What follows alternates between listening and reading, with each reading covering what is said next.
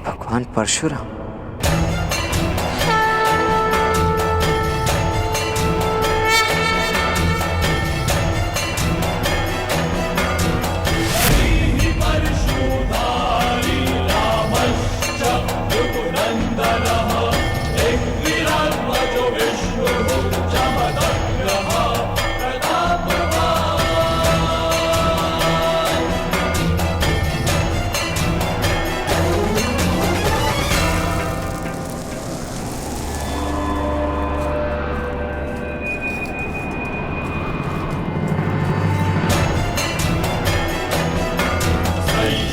जिन तक पहुंचने के लिए इतना तप किया, उनका तप व्यर्थ नहीं जाने दे सकता मैं।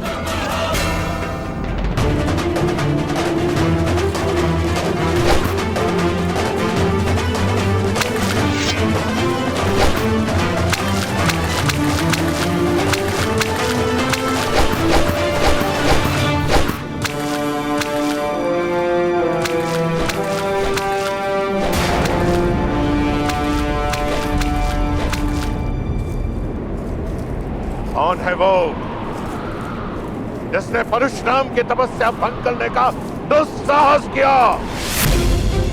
मैं आपकी तपस्या भंग नहीं करना चाहता था आदरणीय। मैं तो केवल इस शिवलिंग की रक्षा कर रहा था जिसके सामने बैठकर आप तप कर रहे हैं। शिवलिंग पर बाणों से प्रहार करते हो? क्या तुम्हें इतना भी ज्ञान नहीं? शिव सर्वश्रेष्ठ है, उनसे ऊपर कोई नहीं। किसी भी सर्वश्रेष्ठ धनुर्धारी का बाण भी नहीं। महाप्रभु, ये शिवलिंग तो केवल मिट्टी की बनी आकृति मात्र है। श्रेष्ठ शिव नहीं, ये तो उसके साधक की आराधना है जो शिव को शिवत्व की शक्ति देती है। फिर भी यदि अनजाने में भूल हुई हो तो मैं क्षमा चाहता हूँ। वाचाल हो परंतु तर्क का ज्ञान रखते हो, ब्राह्मण हो।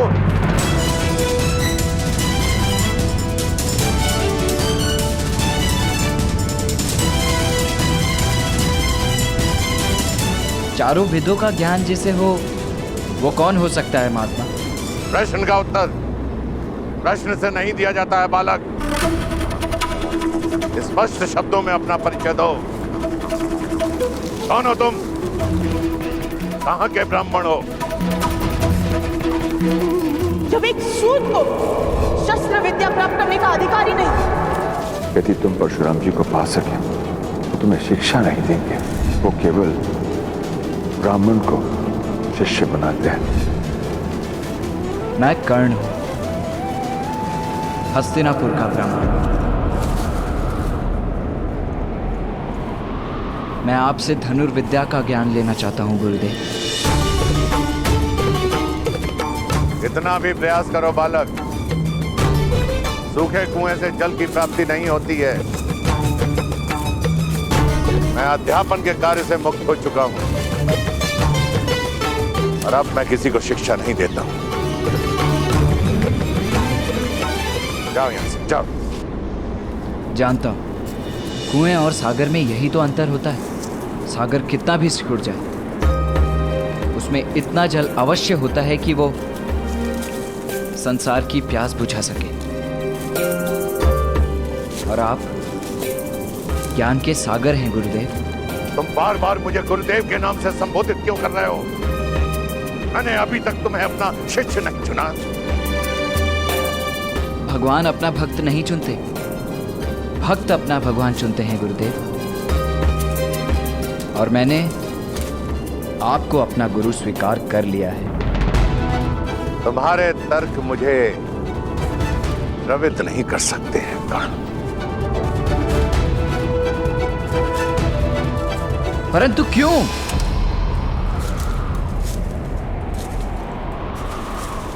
याचक को याचना से पहले ज्ञात होना चाहिए कि वो किसके समक्ष याचना कर रहा है।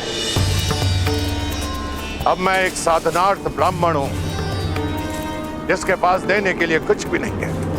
जब शस्त्र उठाने थे उठा चुका।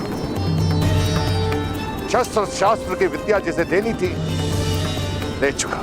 अब ना मुझ में किसी को सिखाने का धैर्य है और ना मुझसे किसी को सीखने की पात्रता। पात्रता तो केवल परीक्षा से सिद्ध होती है ना गुरुदेव। मुझे एक अवसर दीजिए। यदि मैं योग्य सिद्ध हुआ तो कदाचित आपको भी सिखाने का मन हो जाए। बाणों का छोटा सा माया जाल रचकर, कुछ तर्क देकर तुम्हें लगता है कि तुम मेरा शिष्य बनने योग्य हो? नहीं गुरुदेव, मैं ये नहीं कह रहा कि मैं योग्य हूं, किंतु आपसे एक निवेदन है। मुझे एक अवसर तो दीजिए अपनी योग्यता और अयोग्यता प्रकट करने के लिए।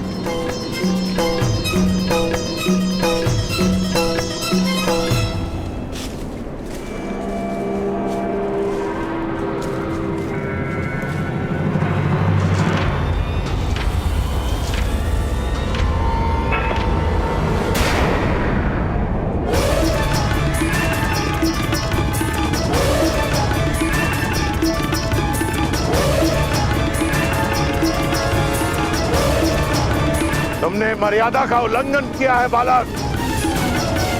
तुमने मेरे पर्दे को छूने का दुस्साहस किया है। दुस्साहस में भी साहस छुपा होता है गुरुदेव। बस एक अवसर दीजिए, परीक्षा लीजिए मेरी।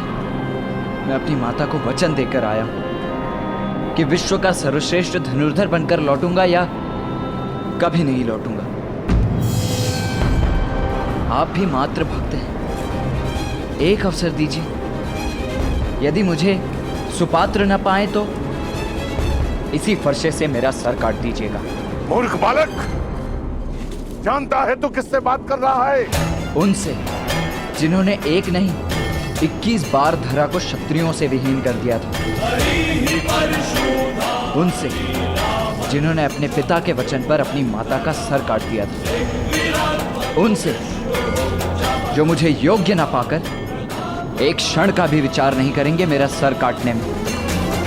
अपने प्राणों के मोल पर बस एक अवसर मांग रहा हूं। याचक को खाली हाथ नहीं जाने दिया जाता गुरुदेव।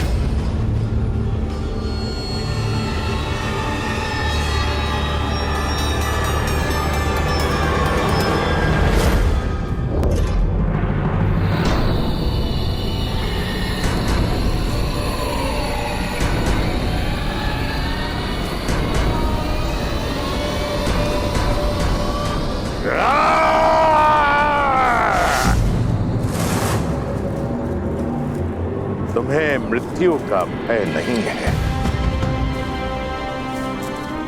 ठीक है, मैं तुम्हें सुपात्र सिद्ध होने का एक अवसर अवश्य प्रदान करूंगा। धन्यवाद गुरुदेव। अभी मैंने तुम्हें उठने के लिए नहीं कहा। दीक्षा करो जब तक मैं लौट कर नहीं आ जाता।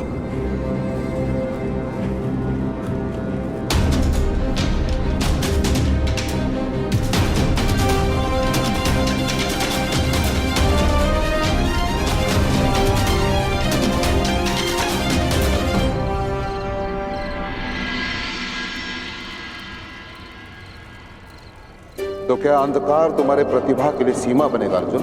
तुम्हारा अगला पाठ तभी शुरू होगा जब तुम उड़ती हुई मक्खी को भेद दोगे, वो भी अंधकार में।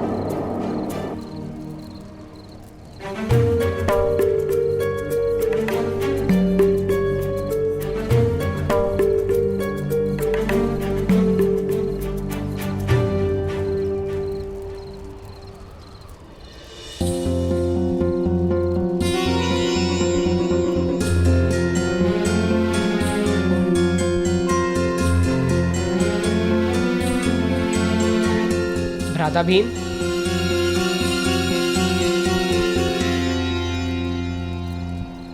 भ्राता भीम, आप अंधेरे में भोजन कैसे कर लेते हैं? भोजन के लिए आंखों की आवश्यकता ही क्या है अर्जुन? भोजन कहीं भी हो, मेरी घ्राणेंद्रियां उस सुगंध को पा ही लेती है। और एक बार खाना हाथ में आ गया तो भीम के मुख के अतिरिक्त और कहाँ जाएगा? लक्ष्य का संबंध मनुष्य की इच्छा और अभ्यास से ही होता है। यदि इच्छा प्रबल हो और अभ्यास सघन हो तो लक्ष्य स्वयं सामने आ जाता है। मैं आपकी बात का तात्पर्य समझ गया गुरुदेव। अब अर्जुन अंधकार में भी उड़ती मक्खी पर लक्ष्य साध कर दिखाएगा।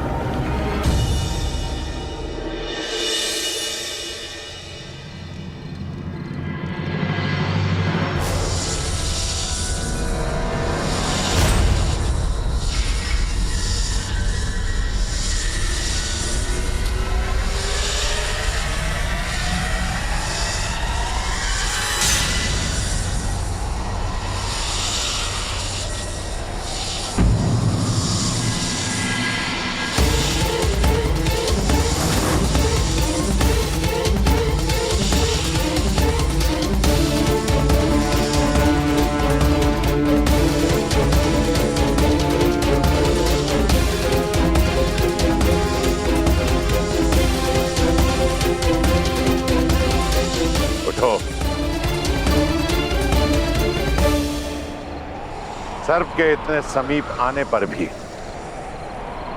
तुम हिले नहीं। मेरे लिए सर्प का भय नहीं, गुरु का आदेश अधिक महत्व रखता है। मेरे गुरु का आदेश था जिसे मैं किसी भी मूल्य पर टाल नहीं सकता था। अच्छा, इतनी बड़ी बात। यदि इस जीवन में अवसर मिला तो इसे सिद्ध भी करके दिखा दूंगा गुरुदेव। ठीक है, मैं तुम्हें 3 कार्य सौंपता हूं। यदि तुम उन कार्यों में सफल हुए तो मैं तुम्हें अपना शिष्य बनाने के बारे में अवश्य विचार करूंगा। आदेश करे गुरुदेव। यहां पास में ही एक जल स्रोत है जहां से मैं अपने लिए संध्या के लिए जल लेकर आता हूं, परंतु कुछ समय से वो जल स्रोत अवांछनीय बाधाओं के कारण अविरोध हो चुका है। तुम जाकर उसे हटाओ।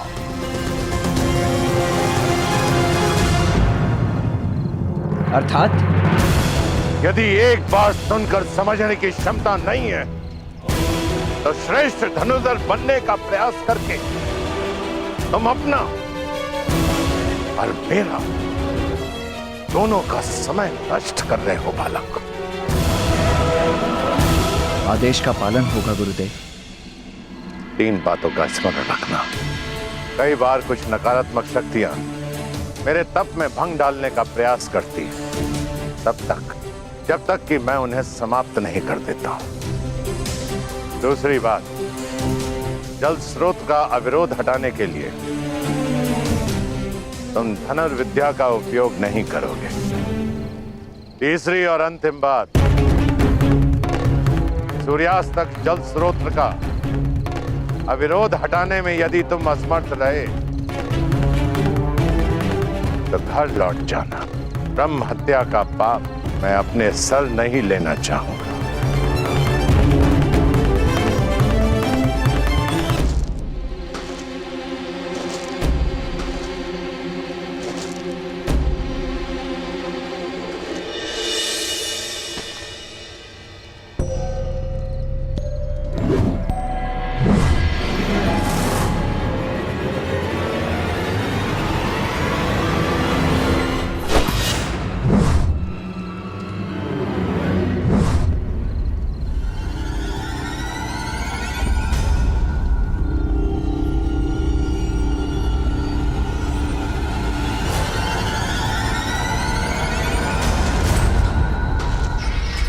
कौन है? कौन है? सामने आओ।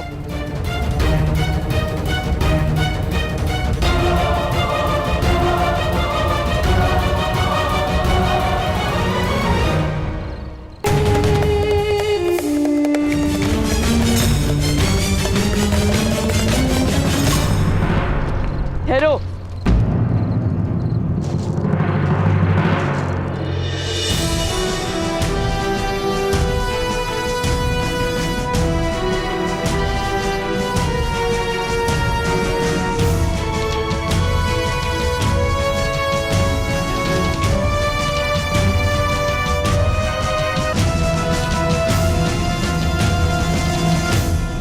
कौन हो तुम?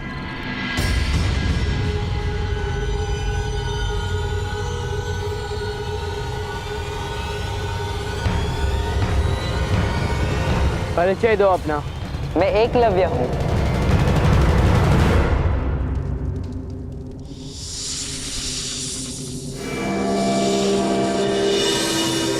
कौन है वहां? मैं चुनौती देता हूं, सामने आओ। मैं तुम्हें युद्ध की चुनौती देता हूं।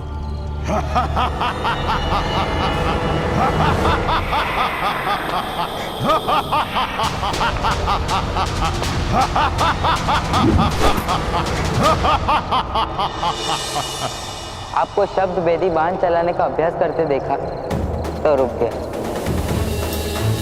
कठिन कार्य है, समय लगता है, परंतु सीख जाओगे जैसे मैं सीख गया। असफलता से भयभीत मत होना। तुम शब्द भेदी बाण चलाना जानते हो? किससे सिखाया तुम्हें? किसी ने नहीं, स्वयं अभ्यास से सीखा है, गुरु की प्रेरणा से सीखा है। अपने गुरु के विषय में बताओ। आचार्य द्रोण मेरे गुरुदेव।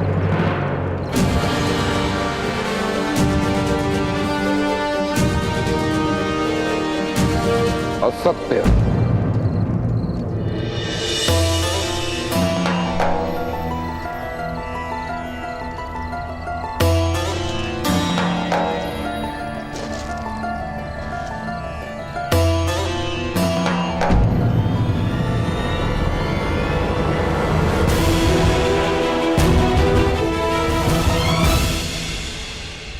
तुम मेरे शिष्य नहीं हो सकते। परंतु आप मेरे गुरुदेव हो। मैंने आपको अपने शिष्य को सिखाते देखा है। देख देख कर मैं भी सीख गया।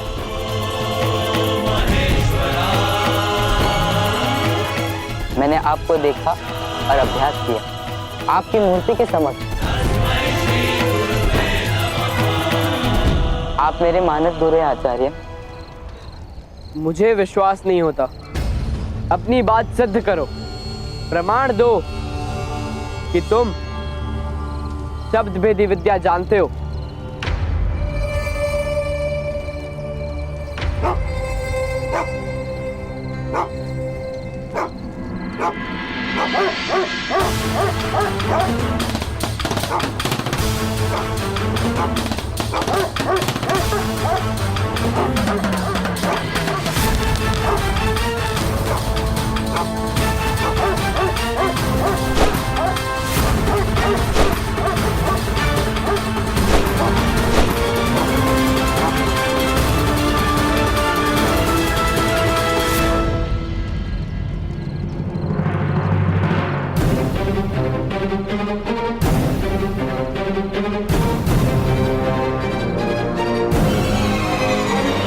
प्रमाण मिल गया राजपुत्र। अद्भुत। तुम्हारी जितनी प्रशंसा की जाए उतनी कम है। प्रशंसा शिष्य की नहीं, आचार्य की जाती है गुरुदेव। आपकी श्रद्धा की धनुर्विद्या सद गई, सब आपके चरणों का प्रताप है।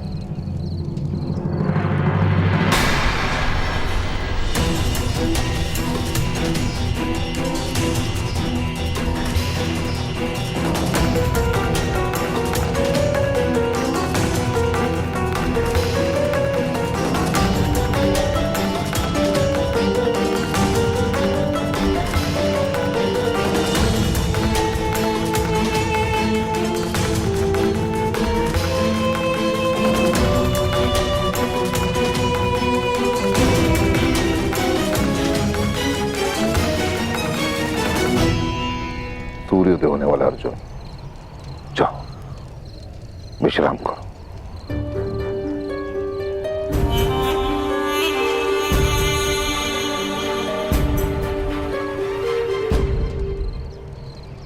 बालक, क्या मुझे देखकर तुम्हें भय लग रहा है?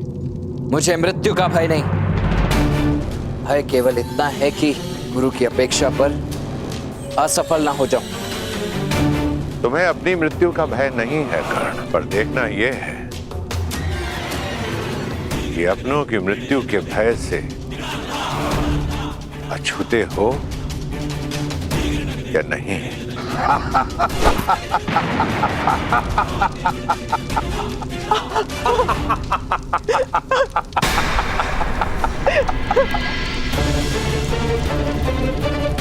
माता, अब क्या करोगे कर्ण? माता! करो, प्रहार करो। क्यों रुक गए हो? अब केवल तुम्हारे पास एक ही मार्ग है। वापस लौट जाओ वापस। इसी में तुम्हारी माता सुरक्षित रहेगी। अब निर्णय तुम्हारे हाथों में है। माता के वचन को अगर पूरा करने निकले तो कहीं माता को ही ना खो देना, और अगर वचन पूरा कर भी लिए तो उसका क्या लाभ? जाओ, निकल जाओ यहां से।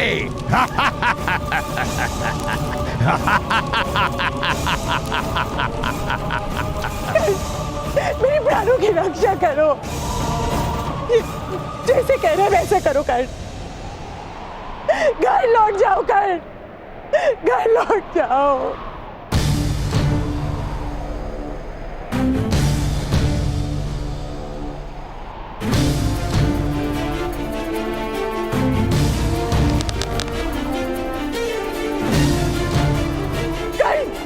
ये क्या कर रहे हो तुम? ये मार डालेगा मुझे। घर लौट जाओ, घर लौट जाओ। कर नहीं, नहीं।